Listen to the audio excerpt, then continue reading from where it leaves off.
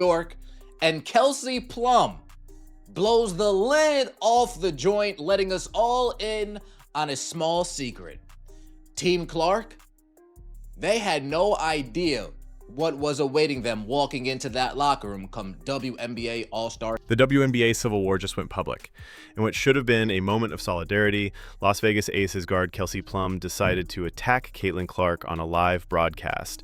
Her target wasn't there to defend herself, but her biggest ally was. Sabrina Ionescu's icy 5-word shutdown of Plum exposed everything: the petty jealousy, the veteran resentment, and the toxic culture threatening to destroy the league's golden opportunity from within. This wasn't just an awkward press conference, it was the moment the simmering conflict finally exploded for the world to see. For a moment, we didn't, at least as players, we didn't know that was going to happen. So I think it was kind of like a genuine surprise, but the t-shirt, just united front was determined this morning, that we had a meeting for. And, not to tattletale, but 0 members of Team Clark were very present. Kelsey Plum was at the All-Star game in Indianapolis. She made quite a scene, bruh.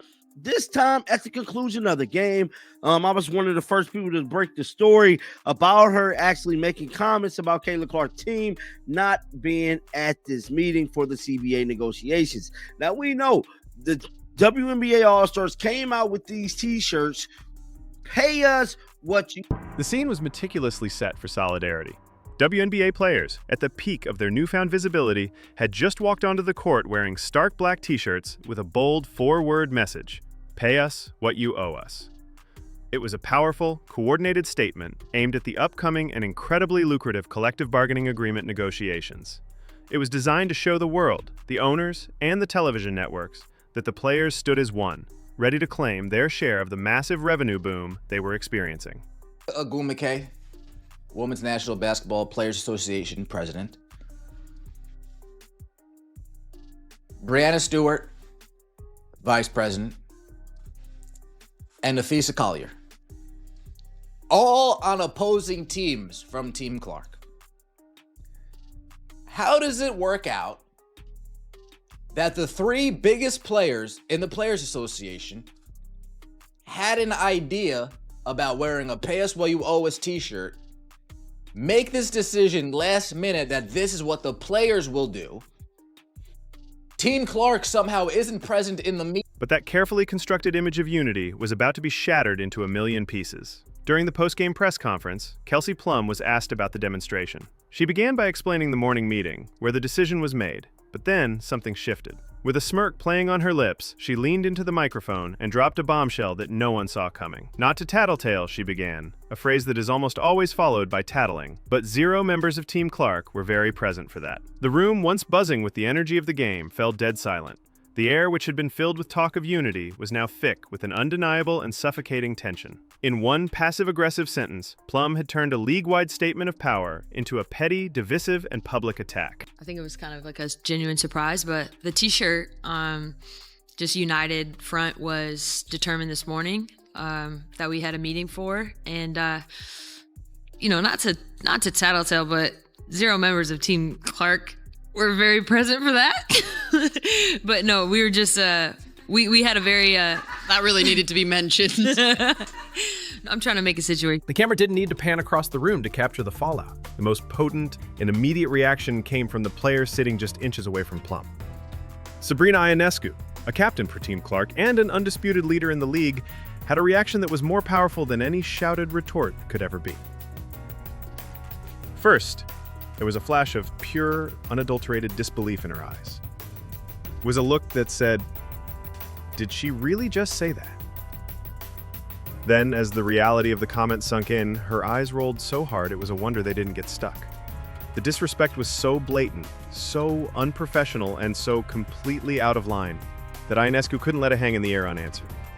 As the awkwardness stretched on, she leaned forward, looked down the table, and delivered a 5-word response dripping with enough ice-cold sarcasm to freeze the entire room. That really needed to be mentioned. It wasn't a yell, but it was a clear and public rebuke. In that singular moment, one superstar had just checked another on a national stage. defending not only her absent teammates, but the very idea of professionalism that Plum had just trampled. But what made Plum's jab so profoundly outrageous wasn't just its pettiness. It was the crucial, undeniable context she conveniently chose to ignore. These WNBA players, they get more unlikable every day. And the blatant jealousy, the blatant hatred towards Caitlin Clark is, I mean, it's obvious. They don't even try to hide it. We got Kelsey Plum talking about these pathetic shirts that they wore out onto the court. And I'm going to tell you, these players all put these shirts on. And like I said in a couple of previous videos, that backfired. Going on. Caitlin Clark, she was officially ruled out before all of these things. And look at the news that dropped. This is wild. WNBA All-Star weekend. It's supposed to be the star of all stars. All the big dogs is out. Asia Wilson, Sabrina Ionescu, Brianna Stewart, everybody's out. The big dogs are out. You got the rookie, you got Angel Reese, Miss Me Too. All of the stars are here. And look at this news. The get-in price for the WNBA All-Star game in Indianapolis has dropped 48% from $121 to just $64 after news broke that Caitlin Clark won't be. Kelsey Plum's comment was intentionally crafted to imply one thing, that Team Clark, and by extension Caitlin Clark herself, had deliberately snubbed a crucial meeting about player solidarity. The implication was that they were selfish, that they didn't care about the collective fight. The truth, however, paints a much different and more damning picture, one that makes her words seem less like a competitive jab and more like a malicious and calculated low blow. Caitlin Clark, the undisputed face of the league and the captain of her all-star team, wasn't even in the city. She had been officially ruled out of the entire weekend's festivities days earlier with a nagging groin injury. Her absence wasn't a choice. It was a medical necessity that had been a major news story for a week. This wasn't a case of players flaking on their responsibilities. Their leader was at home, sidelined and recovering. For Plum to frame it as a deliberate boycott was not just misleading, it was a targeted shot at a player who wasn't even there to defend herself. To make matters worse, key leaders of the Players Association, like its president, were all on the opposing All-Star team. The whole situation reeked of political maneuvering, making Plum's comment look less like an accident and more like a premeditated hit. Well, would you look at that? Prices for the WNBA All-Star Game have plummeted 49% after Caitlin Clark was ruled out due to injury, per TickPick. I can't say that I'm surprised by this at all. I mean, no matter how much you love her or hate her, Caitlin Clark is the face of the WNBA. When she goes, the ratings go. Simply put. Last and latest being this viral Kelsey Plum dig, if you will. And I was in the room for this. It did strike me as very odd in the moment when she said what she said. I wrote it off as kind of awkward, but let me play it for you again, and then I'll respond after the fact. This is what Kelsey Plum said about the t-shirts, and you can, Sabrina Ionescu's reaction. If you want to understand the real power dynamic in the WNBA, you don't need to listen to the whispers in the locker room or the chatter at press conferences. You just need to follow the money, because the money never lies. The moment the WNBA officially announced that Caitlin Clark would be unable to play in the All-Star game, the ticket market didn't just dip. It completely and utterly collapsed. In less than 24 hours, the average get-in price for the league's premier event plummeted by a staggering 48%, dropping from an already modest $121 to just $64. On resale sites, the panic was palpable, with some tickets going for as low as $60. This wasn't a minor market fluctuation. It was a financial bloodbath. It was the market screaming one indisputable fact. Without Caitlin Clark, the perceived value of the WNBA's All-Star Showcase was cut in half. The message was clear. Fans weren't just coming to see an All-Star game. They were coming to see her. And if she wasn't there, many of them didn't want to be there either. To me, I thought that was a little dig at Caitlin. A lot of people definitely thought so. Now, we know Caitlin Clark is a Nike athlete. She's with Nike. And guess who had to pull up to the Nike party? None other than Sabrina Ionescu. None other than Kelsey Plum. My bad, y'all. None other than Kelsey Plum, bruh. Caitlin Clark commented on her picture. Thank you for the Nike ad.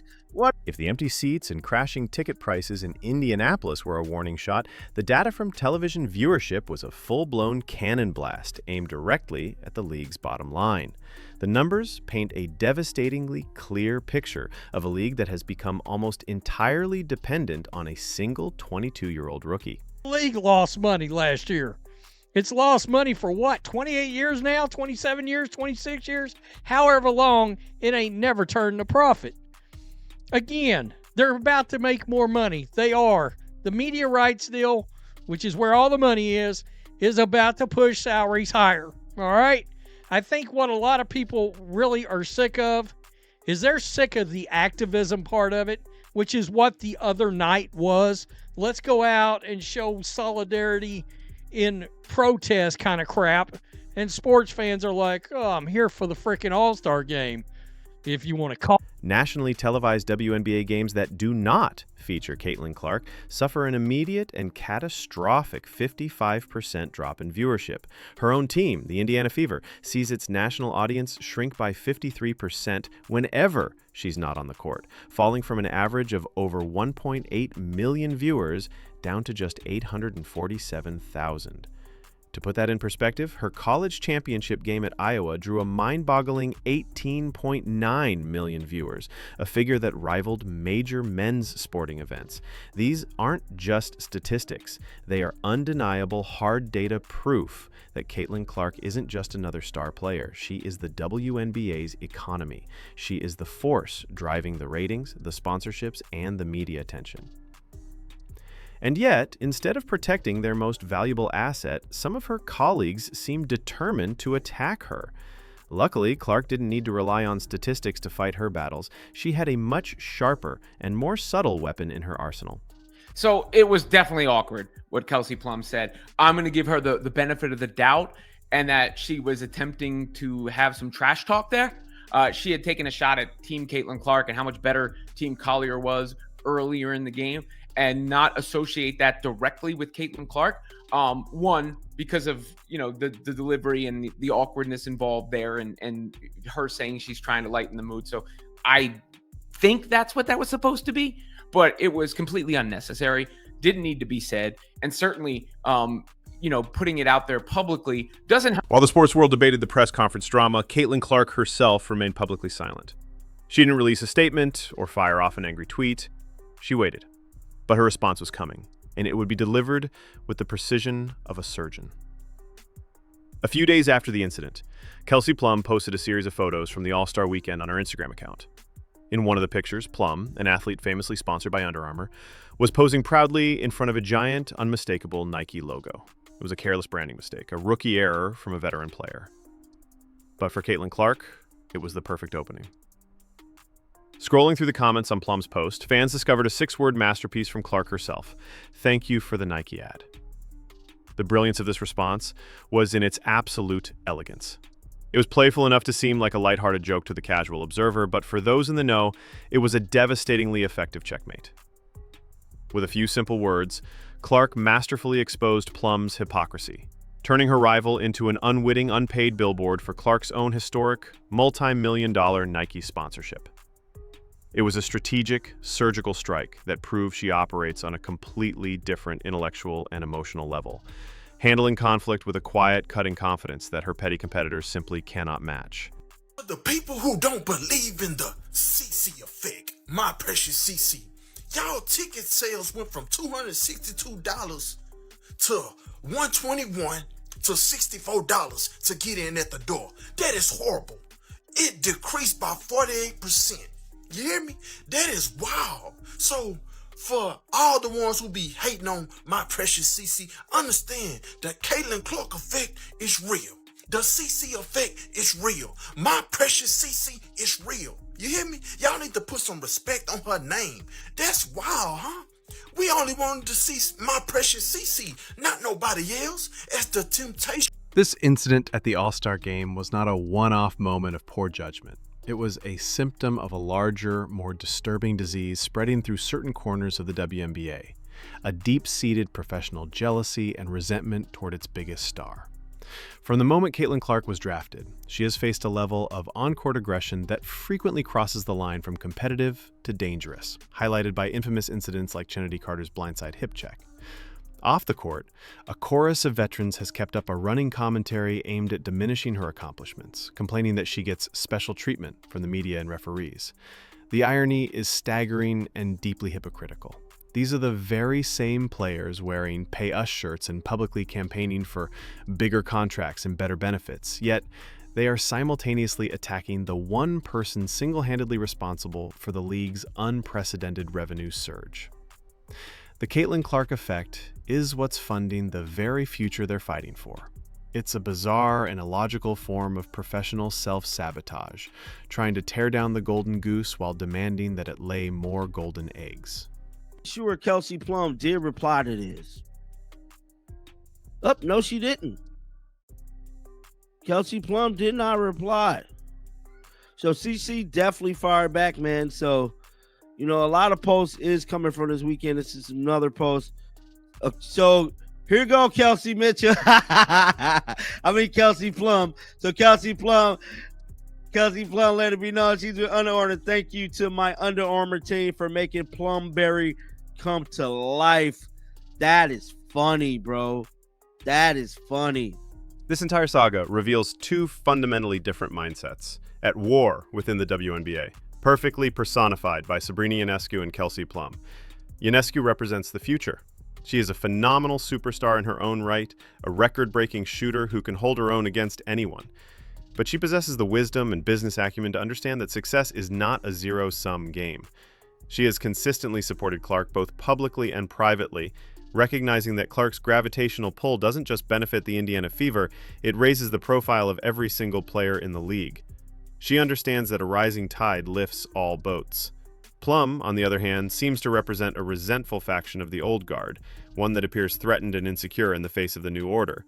Her comments weren't just poor sportsmanship, they were a reflection of a short-sighted, territorial mindset that values personal pride over collective growth. It's a mentality that would rather be the biggest fish in a small, shrinking pond than a big fish in a vast, expanding ocean of opportunity. One path leads to growth, wealth, and mainstream relevance.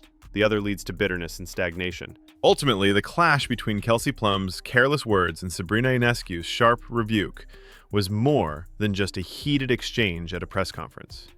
It was a public battle for the soul and the future direction of the WNBA. The league stands at a historic crossroads, armed with a generational talent who is single-handedly rewriting its financial future and capturing the world's attention. The question is no longer if the league will grow, but whether its own players will allow it to. Will they follow the self-destructive path of jealousy, letting petty conflicts and internal bitterness undermine their best chance at lasting success? Or will they follow the example set by Sabrina Ionescu, a model of professionalism, strength, and forward-thinking leadership? Her immediate defense of Clark wasn't just about friendship. It was about protecting the league's most valuable asset and its brightest future. The Caitlin Clark era is here, and whether some players like it or not, she is the engine of progress. The smart ones will find a way to ride that wave to prosperity. The others risk being left behind, drowned out by the very tide of progress they stubbornly refuse to embrace.